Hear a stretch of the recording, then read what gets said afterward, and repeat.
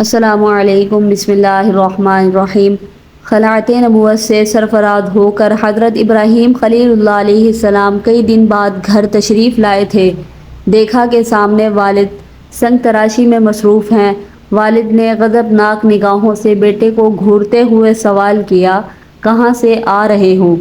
حضرت ابراہیم علیہ السلام نے والد کا سوال نظر انداز کر کے جھک کر ایک تراشدہ چھوٹا سا بت اٹھایا اور ادب و احترام ملحوظ خاطر رکھتے ہوئے نہایت محبت سے والد سے مخاطب ہوئے۔ قرآن کریم میں باپ بیٹے کے مکالمہ کو یوں بیان فرمایا گیا: ابا جان، آپ ایسی چیزوں کو کیوں پوچھتے ہیں جو نہ سنیں اور نہ دیکھیں اور نہ آپ کے کچھ کام آ سکیں؟ ابا جان، مجھے ایسا علم ملا ہے جو آپ کو نہیں ملا، تو میرے ساتھ ہو جائیں، میں آپ کو سیدھی راہ چلا دوں گا۔ اب شیطان کی پوجا نہ کیجیے، بے شک شیطان اللہ کا نافرمان ہے۔ ابا جان، مجھے ڈر لگتا ہے کہ آپ کو اللہ کا عذاب نہ پکڑ لے اور آپ شیطان کے ساتھی ہو جائیں۔ اس نے یعنی باپ نے کہا کہ اے ابراہیم، کیا تو میرے معبودوں سے برگشتہ ہے؟ اگر تو باز نہ آئے گا تو میں تجھے سنگسار کر دوں گا۔ جا، ہمیشہ کے لیے میری نظروں سے دور ہو جا۔ ابراہیم علیہ السلام نے سلام کیا اور کہا، میں آپ کے لیے اپنے پروردگار سے بخشش مانگوں گا، بے شک وہ مجھ پر بڑا مہربان ہے۔ ابھی کچھ ہی دن گزرے تھے کہ عید کا تہوار آ گیا۔ قوم کے لوگوں نے حضرت ابراہیم علیہ السلام کو بھی شہر سے باہر میلے میں چلنے کی دعوت دی، لیکن انہوں نے طبیعت خرابی کا کہہ کر جانے سے معذرت کر لی۔ در حقیقت وہ ایسے ہی کسی موقع کی تلاش میں تھے۔ چنانچہ جب پوری قوم میلے میں شرکت کے لیے چلی گئی تو حضرت ابراہیم علیہ السلام ایک کلہاڑا لے کر بت خانے میں داخل ہو گئے۔ ان میں سے اکثر ان کے باپ آزر کے ہاتھوں سے تراشے ہوئے تھے۔ حضرت ابراہیم علیہ السلام نے تمام بتوں کو توڑ ڈالا اور آخر میں کلہاڑے کو بڑے بت کے کاندھے پر لٹکا کر اپنے گھر آ گئے۔ شام کو جب قوم میلے سے واپس آئی تو بت خانے میں تباہی کا منظر ان کا منتظر تھا۔ قرآن کریم میں اس حوالے سے فرمایا گیا ہے، کہنے لگے، ہمارے معبودوں کے ساتھ یہ سلوک کس نے کیا؟ بے شک وہ تو ظالموں میں سے ہے۔ لوگوں نے کہا کہ ہم نے ایک نوجوان کو ان کا ذکر کرتے ہوئے سنا ہے، اس کا نام ابراہیم علیہ السلام ہے۔ وہ بولے کہ اسے لوگوں کے سامنے لاؤ تاکہ وہ گواہ رہیں۔ جب ابراہیم علیہ السلام آئے تو انہوں نے کہا کہ کیا ہمارے معبودوں کے ساتھ یہ کام تم نے کیا ہے؟ ابراہیم علیہ السلام نے کہا کہ یہ کام اس بڑے بت نے کیا ہوگا، اگر یہ بولتے ہیں تو ان سے پوچھ لو۔ وہ سر نیچا کر کے بولے، تم جانتے ہو کہ یہ بول نہیں سکتے۔ بتوں کو توڑنے کا عمل نمرود سمیت پوری قوم کے لیے ناقابل معافی جرم تھا، لہذا فیصلہ کیا گیا کہ حضرت ابراہیم علیہ السلام کو آگ میں ڈال دیا جائے تاکہ آئندہ کسی کو بتوں کی بے حرمتی کی ہمت نہ ہو۔ چنانچہ پوری قوم لکڑیاں جمع کرنے کے عمل میں مصروف ہو گئی، یہاں تک کہ اگر کوئی بیمار پڑ جاتا یا کسی کا کوئی کام نہ ہوتا تو وہ منت مانتا کہ اگر مجھے شفا ہو گئی یا میرا کام مکمل ہو گیا تو میں ابراہیم علیہ السلام کو جلانے کے لیے لکڑیوں کا گھٹا دوں گا۔ ایک مدت تک قوم لکڑیاں جمع کرتی رہی۔ جب لکڑیوں کا پہاڑ کھڑا ہو گیا تو ایک بہت گہری خندق کھودی گئی، لکڑیوں کے ڈھیر کو اس میں ڈالا گیا۔ کہتے ہیں کہ بہت گہرائی میں ہونے کے باوجود بھی لکڑیوں کا ڈھیر آسمان سے باتیں کر رہا تھا۔ جس دن لکڑیوں کے ڈھیر میں آگ لگائی جانی تھی، اس سے پہلے شیطان نمرود کے دربار میں پہنچا اور بولا، بادشاہ سلامت، جب لکڑیوں کے اس پہاڑ میں آگ لگے گی تو اس کی تپش کی وجہ سے کوئی بھی اس کے قریب نہ جا سکے گا، لہذا آپ ابراہیم علیہ السلام کو آگ میں کیسے ڈالیں گے؟ یہ وہ سوال تھا کہ جو نہ نمرود کے کن ذہن میں آیا تھا اور نہ ہی اس کے مشیروں اور مصاحبوں کے۔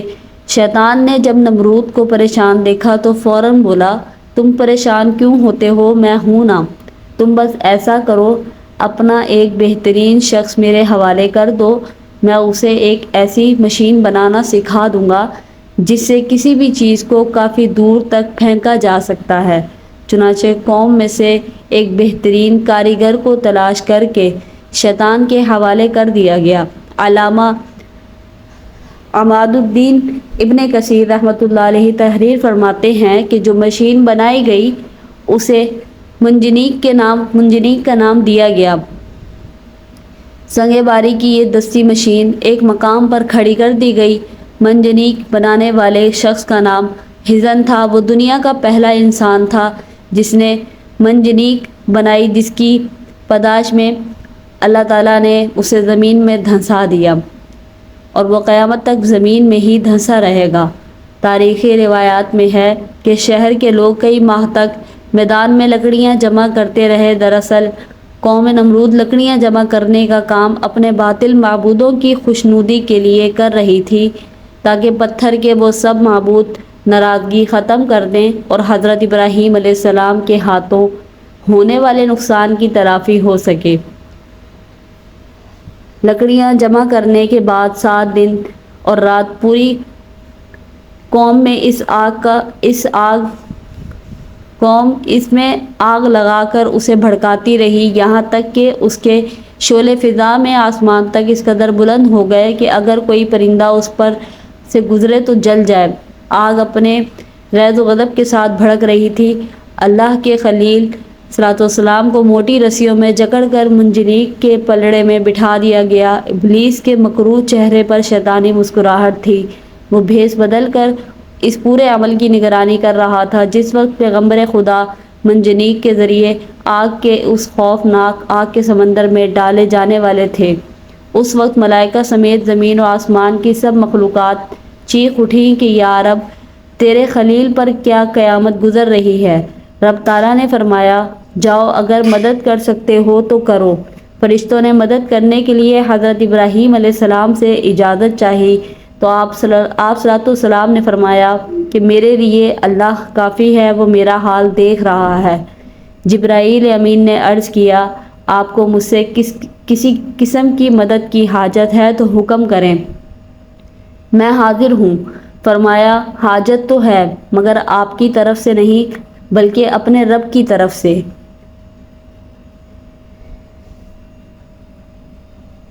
حسبنا اللہ و نعم الوکیل۔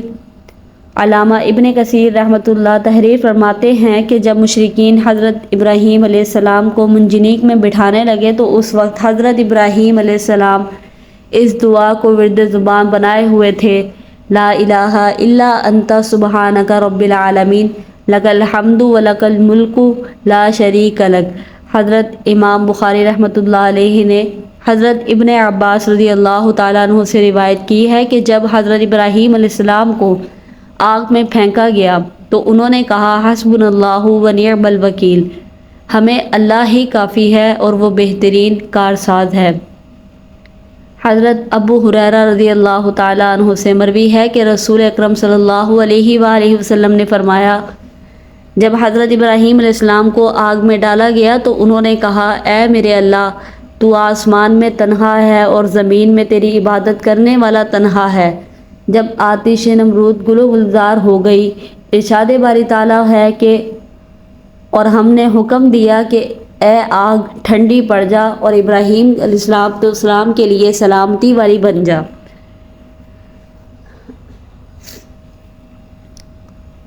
علماء کرام فرماتے ہیں کہ اگر اللہ تعالیٰ ٹھنڈی کے ساتھ سلامتی والی نہ کہتا تو اس آگ کی ٹھنڈک حضرت ابراہیم علیہ السلام کے لیے ناقابل برداشت ہوتی۔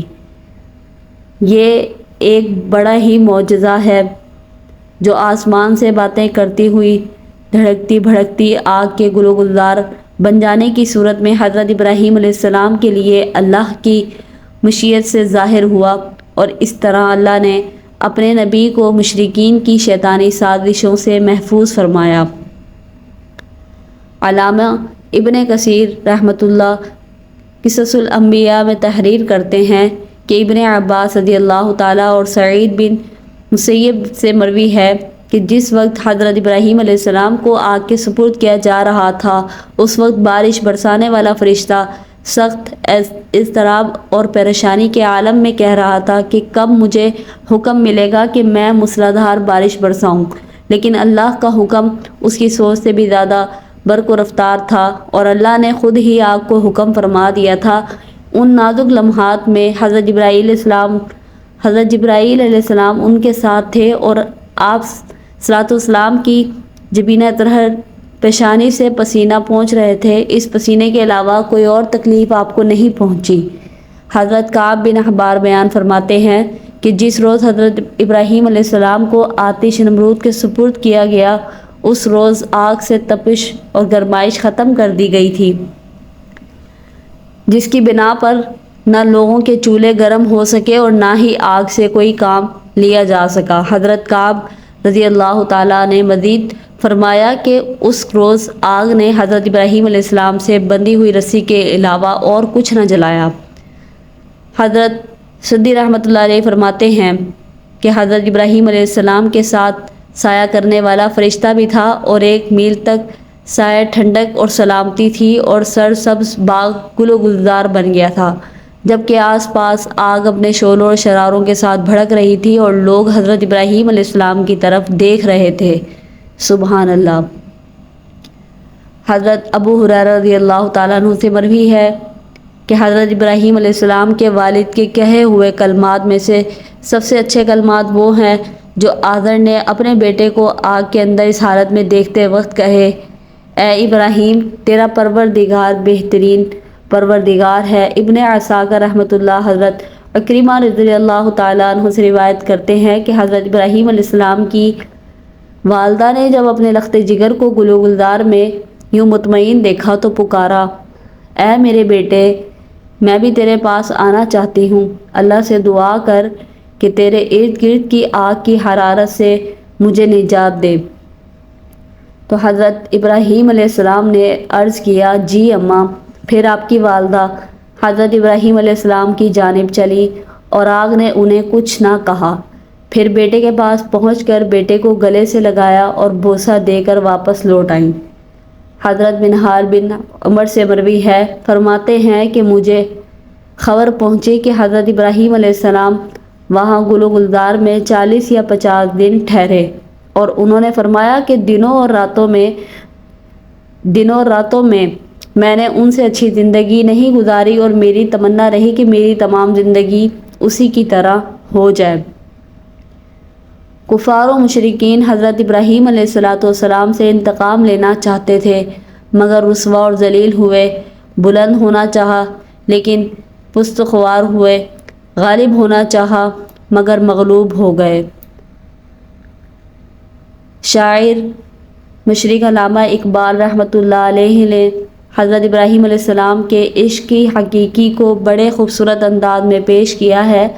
فرماتے ہیں: بے خطر کود پڑا آتش نمرود میں عشق، عقل ہے محو تماشائے لب بام ابھی۔ حضرت ابراہیم علیہ السلام کو جب آگ میں ڈالا گیا تو آپ کی عمر 16 یا 20 سال تھی۔